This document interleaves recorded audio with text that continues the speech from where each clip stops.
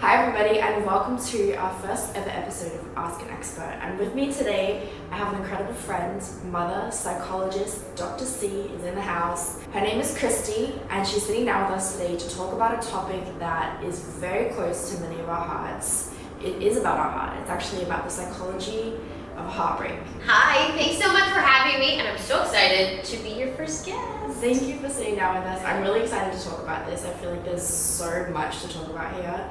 And I'm really excited to get into the kind of the nitty-gritty of what is heartbreak, how do we deal with it, how do we overcome it, and just chatting through it. Likewise, and I feel like this is a universal topic that everyone goes through and will experience at some point in their life. Mm-hmm. And if there's some way that I can help share by sharing some actionable tips of like how you can actually help deal with the whole process of heartbreak and getting over a breakup, well then let's share away. So let's first just get into what is heartbreak. So a heartbreak is essentially as it sounds, right? Someone broke up with us, or we actually even broke up with someone, and we're still dealing with a heartbreak. And the reason why it feels so bad, apart from the whole emotional response to it, is that we can actually blame this part on our brain, and it's almost gonna feel like a withdrawal, and like withdrawal from drugs. I'm not kidding.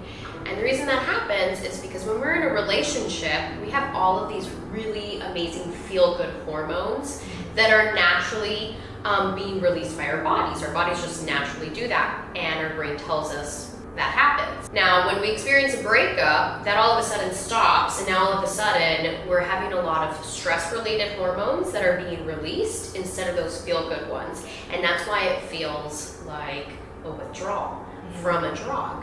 And so you can almost compare a breakup to withdrawal. The interesting thing that, and I never knew this growing up, there's so much like physiological, like your body reacts to heartbreak, like it shows in your stress, right? Like your skin will break out. For me, when I went through a divorce, like my hair, it snapped, like it totally snapped. And I looked like a different person. I looked exhausted. Like your diet changes. Like there's so many physiological responses to an emotion. Why is that? Well, there's a mind-body connection. So our emotions aren't just detached from our body. So when we're feeling stressed, as when I was telling you about the stress hormones that are being released after a breakup, that does things to your body and it breaks it up. It almost thinks your body is almost like there's a dinosaur, but your body doesn't know that there's no dinosaur anymore. So there's no real threat, there's no real danger, but your body's responding to that. So you're still in fight or flight. You're in a fight or flight, and it's because of those hormones that are no longer being released, those feel-good ones, and you're having stress-related ones. So our brain will actually trick us into thinking that we need to see our ex, because when we see our exes, we get a hit of dopamine, one of those feel-good hormones, and so our brain will actually trick us into thinking we need to see them. So we'll go and try to like stalk them on Instagram or pull up old pictures or even being around old memories of them. That releases dopamine, those feel-good chemicals. When we actually do that, then you're gonna feel withdrawal again. We'll get into like one of the tips about like how to get over a breakup, but like there's so many physiological responses, but there's a mind-body connection, and your emotions are not just free from itself. No, it's tied to your body and your mind. And when we're having those stress hormones being released, it does horrible things to our body. Our body starts breaking down and shutting down, whether it's our hair, like your hair can fall out when you're stressed out. You can break out in pimples. You gain weight because it's easier to store fat storage when you're stressed out. There's so many things that happen, but your body doesn't know what the stress is. So we need to stop that. And one of the things you can do is to replace those dopamine surges that you can get, or those feel-good hormones that are released when you see like, ooh, I just saw my ex and that felt so good. But then you have the withdrawal, so you want to stop that. But we'll get into that when you... So do you think that's because we crave the familiar? And it feels safe, like it's less scary than the unknown? Sure, it's one way, but it just, our body wants it. It feels good to be around someone, and we're just forgetting not the reasons why we broke up, but we're just remembering, the fact that it felt good to be with that person. It's like an addiction. It's kind of like that hindsight, you always tend to remember the good things, like when you're thinking about, and you kind of forget about the, a lot of the negatives, the reason that it ended. Exactly. And let me tell you that there's been a lot of research and like studies have shown, even like in MRI machines, that when you think about a heartbreak, the same parts of your brain light up as if you had broken your arm or if you had experienced like a severe burn. So that pain is real. It's very taxing to our brain, and our brain cannot differentiate between real pain and physical pain. So is there a general rule for how long it actually takes to get over a heartbreak, like genuinely heal? Like I know it's different with everybody and the circumstances and the age, but is there like some type of rule?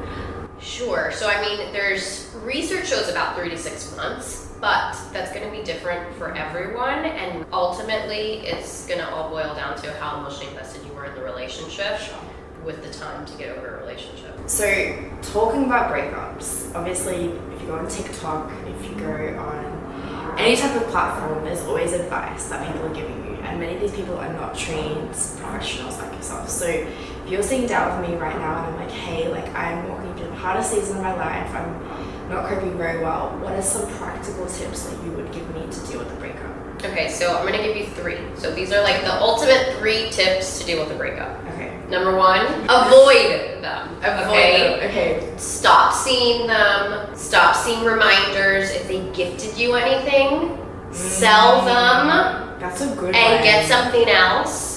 Because the second you start being reminded of your ex, you're going to get that hit of dopamine, and then you're going to get that withdrawal again later, and you're going to feel like awful. So that's number 1. You need to remove all reminders and stop seeing them. And social media, what about that? Same. That's a reminder. That's a big one, right? If you don't want to like unfriend them to not create drama, you can mute them. Just mute them. They're not going to know, and you're going to forget because the algorithm's not going to show you to them. Anyone that hangs out with them all the time, well, then maybe you might need to censor them too, but highly suggestive. So stop going to the same things. If you guys always went to the same place, I don't know, same restaurant, stop going there. It's going to remind you. So any reminder. Change of environment even. That's hard to do because then in a way you feel like you're not only losing that person, but you're also losing all of those things as well that you maybe enjoy or are used to, right? Of course, it's a loss. And it's not like a loss, like a death, but in a way it's a symbolic death because it's a symbolic, there's so much to it. But that's going to lead me to number 2. You need closure. If you can't move on from that breakup until you have closure, so I suggest taking out a piece of paper and writing down all the reasons why you broke up. Why did it not work out?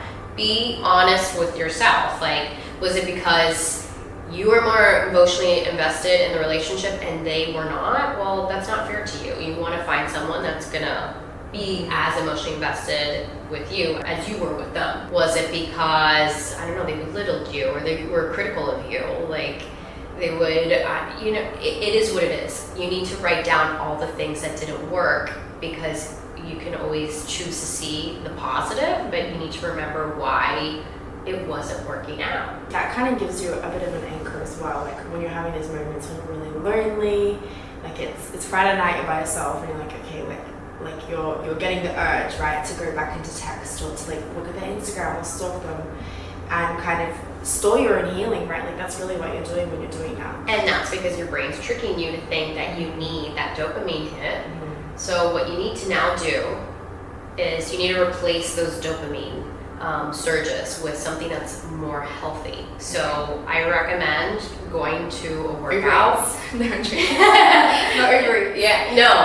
overeat. Actually going out and working out because when you work out, you get a hit of dopamine.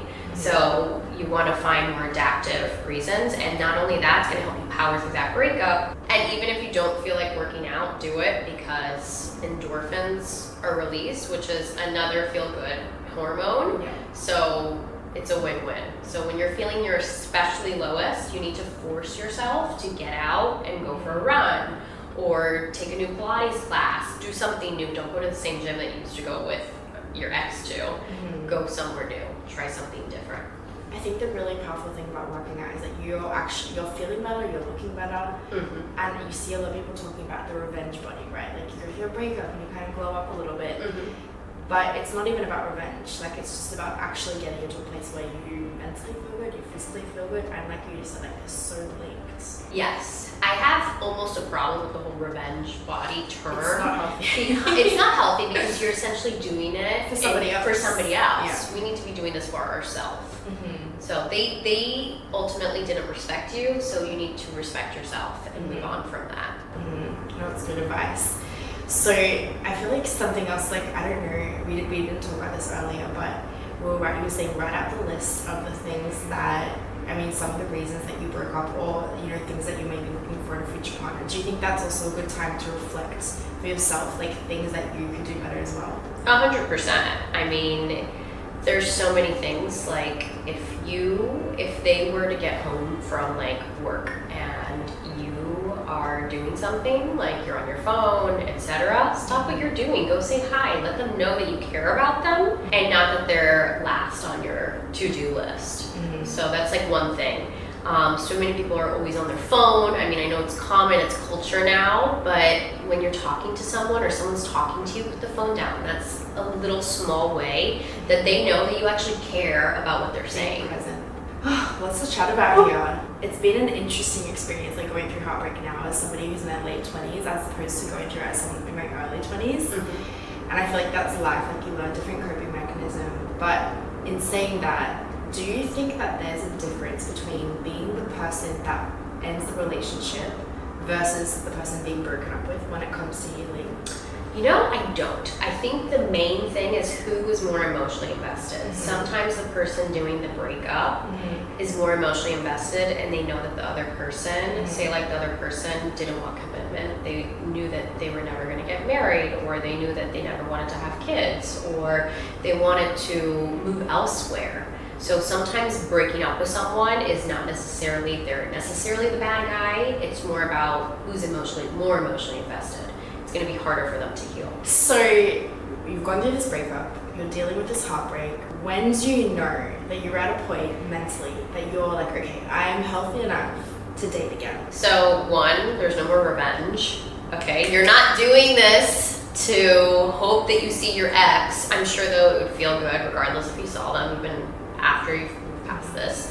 You're emotionally stable, so you're no longer like just randomly crying or randomly like getting angry about it.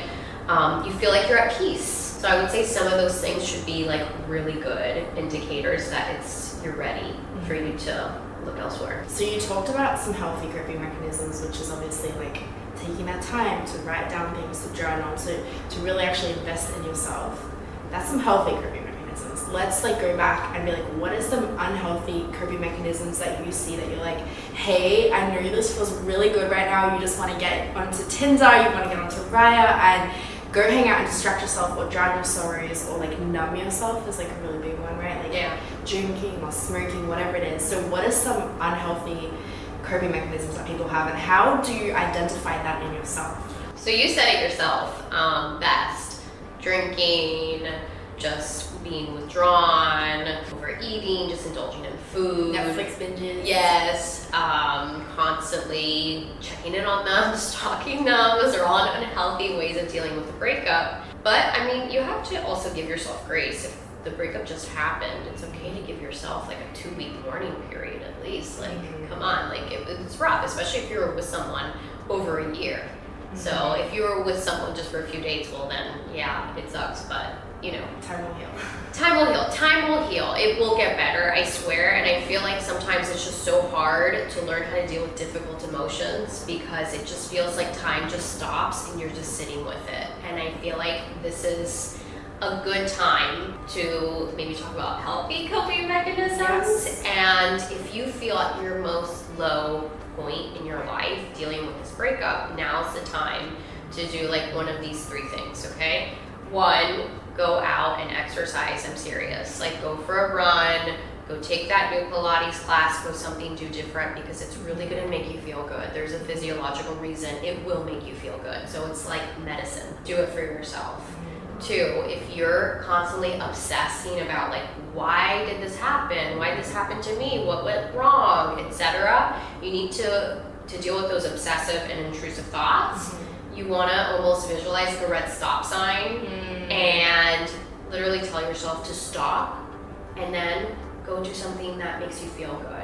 And it's hard. Nothing's going to change unless you change. So you have to force yourself to get out there. So pick up the phone, call a friend. Don't talk about the breakup.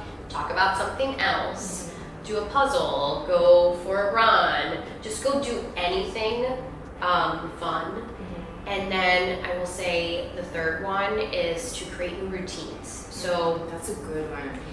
We're constantly like, okay, it's Friday night, we always used to have pizza, we always used to go to the same restaurant, it's Saturday, we always used to go to the park. I don't know, random examples. And now's the time to create new routines. If you've always wanted to try a new restaurant, well then call a friend that you've been meaning to try and go to that new restaurant. Make new friends. Go to that new workout place. It's really big, I'm telling you about the workout. So yes, create new routines. That's like the big thing. So just really quickly running it back, something that I walked through when I went through this breakup period, and we're talking about unhealthy coping mechanisms, is I was like, okay, this time I'm not gonna numb myself. And this time I was like, you know what, no, like I'm not gonna do that. I'm gonna invest in myself. I'm gonna do it healthy. I'm gonna like spend time, in the Bible. I'm gonna spend time with good people who are like pouring into me. But I realized I was actually doing something that I think delayed the healing a little bit, and that was keeping too busy. Like I was so busy, and I think I didn't realize that that's actually a coping mechanism, because you're not allowing yourself to actually sit in it and feel. Like you're not doing anything necessarily unhealthy, but you're not healing because you're not feeling. Exactly. You need to have that closure process, and that comes to the point where you now have come to the part where you've accepted the relationship ended and why it ended and what you could learn from it, and view it as, say, one of those. I've been talking a little bit personally like about main character energy, and like imagine your life was a movie. And you're the main character in your own movie, and you always have those like works in progress chapters, and you have to almost see it, okay, that was a work in progress. How can you view that as a lesson?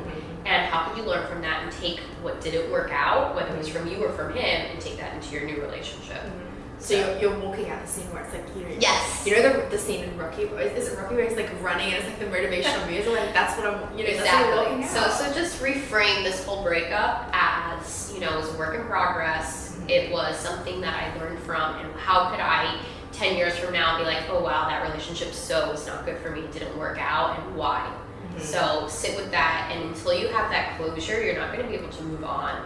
You're still always going to think and wonder about like why it didn't work out. So I guess that leads me to my last question. I know that it's something that people have a lot of mixed opinions about, so I'm very interested to hear what you have to say about this one, and that is, can you be friends with an ex? I feel like this is controversial. There's like both sides in terms of like the research world. I think you could totally be friendly, but I don't think it's okay to be friends with an ex. I think unless you're divorced parents with kids, then I think it's more so than ever, because you want to have like an amicable relationship and like, parent positively without there being like drama and whatnot with that. But if there's just too much, there once was chemistry, that chemistry can come back, boundaries can be crossed, especially in like that power dynamic of the person who was broken up with, and maybe the other person just like, they're reminiscing of the good times, something happens, and then what happens? It's like almost like a breakup, you're reliving it again. So I just don't recommend it. It's just almost like being masochistic to yourself. Yeah. So okay to be friendly, okay to be cordial, you don't need to be best friends or good friends with them. Yeah. So. Dang, you had it straight from the doctor's lips. Do you have any final words of wisdom for anyone who's watching this that is walking through this season right now? They're at the start of this tunnel, it's dark, they're not seeing a light at the end. Anything to say to them at all? Hang in there. Nothing difficult lasts forever. This is just a chapter, just a few days or a few weeks of you feeling like this, and it will get better. My sister once said a quote to me, and I've said it many times on my YouTube, but if it's not okay, it's not the end. And it's so simple, but it's something that I've really held on to, so it kind of speaks to that as well. I like that. Thank you so much for sitting down with us today. This was really fun. And I know that you're going to encourage so many people. So thank you for doing that. Thank you. I'm going to link Dr. Christy below all of her socials. She has incredible TikTok, and she also does fashion content, which is like something I absolutely love, and I love the duality of mixing the professional life with like looking good and feeling good, and it all kind of ties together. So definitely go check her out and comment below. Let us know if you're walking through this or you have walked through it. What are some things that you've actively done to kind of help you get through this? Thank you. Bye guys.